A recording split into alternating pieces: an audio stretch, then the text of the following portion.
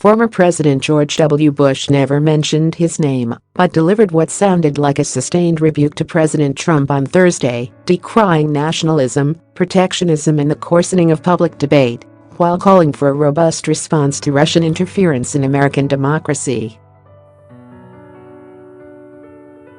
In a speech in New York, Mr. Bush defended free trade, globalization and immigration even as Mr. Trump seeks to raise barriers to international commerce and newcomers from overseas. He condemned the casual cruelty he sees in public discourse and denounced white supremacy 2 months after Mr. Trump suggested that both sides were to blame at a neo-Nazi rally that turned violent in Virginia. We've seen nationalism distorted into nativism, forgotten the dynamism that immigration has always brought to America, Mr. Bush said.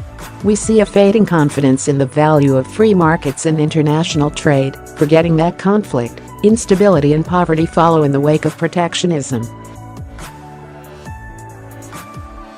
We've seen the return of isolationist sentiments, forgetting that American security is directly threatened by the chaos and despair of distant places. The former president said these afflictions have created a crisis of confidence in the United States that has endangered its historic ideals. In all these ways, we need to recall and recover our own identity, he said. Americans have great advantage.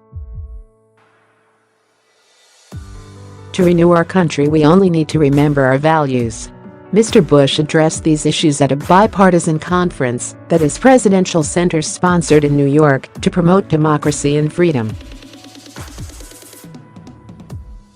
Since leaving office in January 2009, he has largely sought to avoid engaging in current-day political struggles, even as he promotes issues he has long cared about like the spread of democracy around the world. His speech on Thursday seemed a clear rejoinder to Mr. Trump in various ways. Asked by a reporter as he left the hall whether his message would be heard in the White House, Mr. Bush smiled, nodded slightly and said, "I think it will." The Bush family has never been fond of Mr. Trump, who beat former Governor Jeb Bush of Florida for the Republican presidential nomination last year.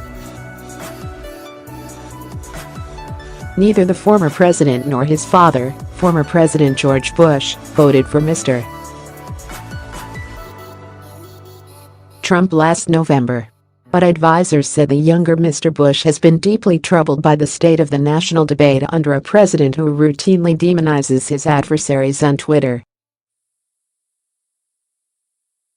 Bullying and prejudice in our public life sets a national tone, provides permission for cruelty and bigotry, and compromises the moral education of children, Mr. Bush said in his speech. The only way to pass along civic values is to first live up to them.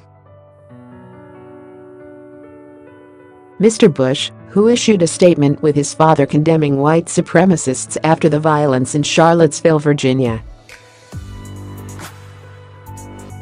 in August, returned to the theme.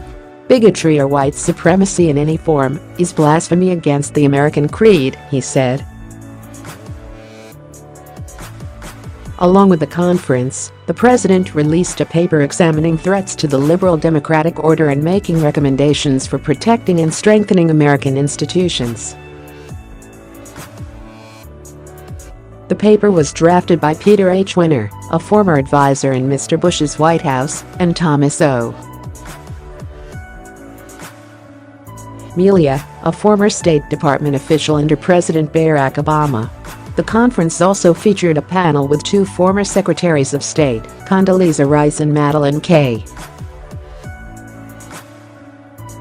Albright, joining Nikki Haley, Mr. Trump's ambassador to the United Nations. Ms. Rice, who served under Mr. Bush, and Ms. Albright, who served under President Bill Clinton, seemed to gently coach Ms. Haley, urging the Trump administration to rethink its cuts to the State Department budget and its approach to the United Nations, to protect rather than attack the news media, and to make a stronger response to Russian meddling in last year's election.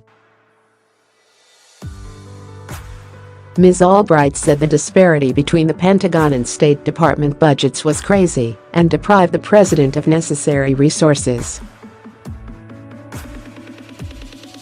"We do not have a lot of tools," she said. "It is necessary to have a functioning